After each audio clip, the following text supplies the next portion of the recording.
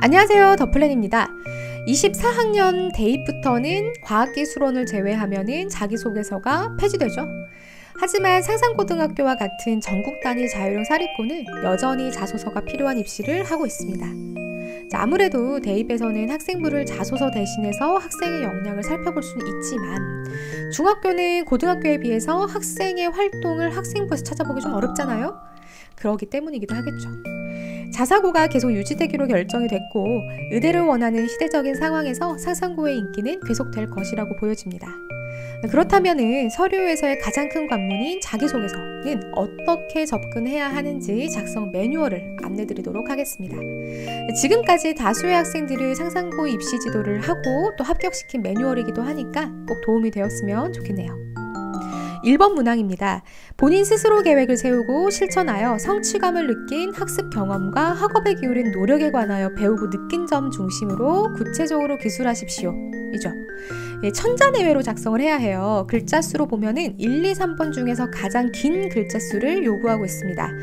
그만큼 중요하게 강조점을 두고 보셔야겠죠. 이 문항에서 요구하는 내용은 학생의 학업적인 깊이와 탐구심, 그리고 학생이 어떤 과목에 관심이 있는지에 대한 내용입니다. 이 문항에서 학생들이 가장 많이 하는 실수가 바로 단순하게 나열식으로 어떻게 공부했다라고만 작성하는 거예요. 계획을 세워서 실천한 내용을 물으니까 그냥 학생들이 단순하게 학교에서 혹은 학원에서 복습을 어떻게 매일 했고 그래서 몇 점 이상 점수가 올랐다, 혹은 어떤 교재를 모두 끝낼 수 있었다, 이렇게만 쓰는 거예요. 근데 이 문항에서 물어보는 건 그 내용이 아닙니다. 학생이 드러내고 싶은 학업적인 성취도를 에피소드를 통해서 드러내야 해요. 예를 들어서 수학 과목에서 원래 단순하게 문제풀이를 난이도별로 차근차근 올라가는 방법으로 학습을 했었는데 그러다 보니 기계적으로 문제를 풀어 흥미가 떨어졌었다.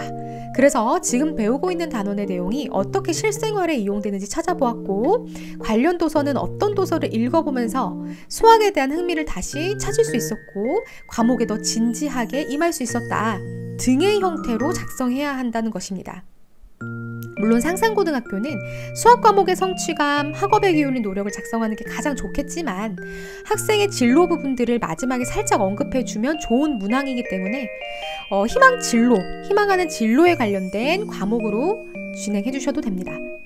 천자이기 때문에 한 개의 에피소드로는 좀 부족할 수 있어요. 다 채우기를.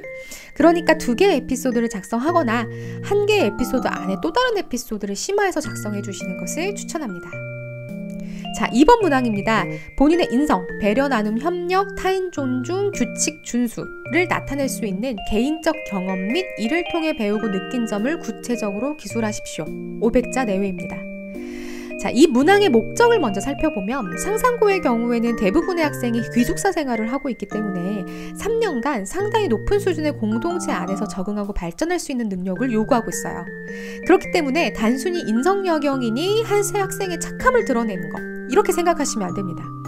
이 영역에서는 학생이 학교 안에서 친구들과 어떻게 협력해가고 어떻게 갈등을 해결해 나가는지 작성해 주시는 게 중요해요. 그러니까 자연스러운 에피소드를 통해서 이야기해 주셔야 합니다. 예를 들어서 저는 배려심이 넘칩니다, 이렇게 직접적으로 언급하는 게 아니라 읽는 선생님이 작성한 이 자소서의 에피소드를 보고 이 학생의 배려심을 느끼게 작성을 해야 한다는 이야기입니다. 만약 우리 학생의 진로가 뚜렷한 상황이라면 그 진로를 하는 데 있어서 필요한 역량을 인성 영역에서 강조하면서 맨 마지막에 자신의 진로에 대해서도 이런 사람이 되고 싶다 라는 내용을 배우고 느낀 점으로 작성해줘도 학생의 목표의식도 함께 드러날 수 있는 부분이겠죠. 참고해 주시면 좋겠습니다. 3번 문항입니다. 중학교 재학 기간 중 가장 의미 있게 읽은 책 3권을 고르고 책을 읽게 된 동기와 책을 읽고 난 후의 소감에 대해 구체적으로 기술하십시오입니다. 이 영역은 독서를 통해 학생의 학습적 깊이와 관심사를 알아보는 문항입니다. 그러니까 너무 쉬운 책이나 너무 어려운 책을 작성해서는 안 돼요. 가장 좋은 구성은 학생이 이과 계열의 진로를 희망한다 하더라도 인문학적 소양을 드러낼 수 있는 고전 1개, 그리고 학생의 과목적인 탐구심을 드러낼 수 있는 책 1권, 진로의 방향을 드러낼 수 있는 책 1권, 이렇게 총 3권의 구성을 보여주시는 게 가장 좋습니다. 자, 책을 구성을 했다면 읽게 된 동기와 소감을 작성해야겠죠. 상담을 해보면 동기를 작성하기를 가장 어려워해요. 왜냐하면 우리 학생 스스로 호기심을 가지고 책을 읽어본 적이 없는 학생이 대부분이기 때문이거든요. 만약 이 영상을 보시는 학부모님께서 조금 어린 자녀를 데리고 계신다라고 하신다면 학생이 스스로 호기심을 가지고 책을 선택할 수 있는 기회를 주시는 게 추후 학생이 학습적 탐구심을 키워나가는 데 아주 큰 도움이 됩니다. 그러니까 꼭 학생들에게 독서에 대해서 스스로의 동기를 가지고 읽는 경험을 좀 해주셨으면 좋겠다라는 생각이고요. 동기를 작성할 땐 담임 선생님 추천도 좋고요. 또는 어떤 내용을 공부하다가 호기심이 생겨서 등 지적 호기심을 드러낼 수 있는 동기를 작성해 주시는 게 가장 좋습니다. 자, 이렇게 상상고등학교 자기소개서를 작성하기 전에 꼭 알아야 하는 매뉴얼을 살펴보았습니다. 네, 상상고등학교 및 자사고를 준비하는 학부모님들 그리고 학생들 합격을 기원하겠습니다.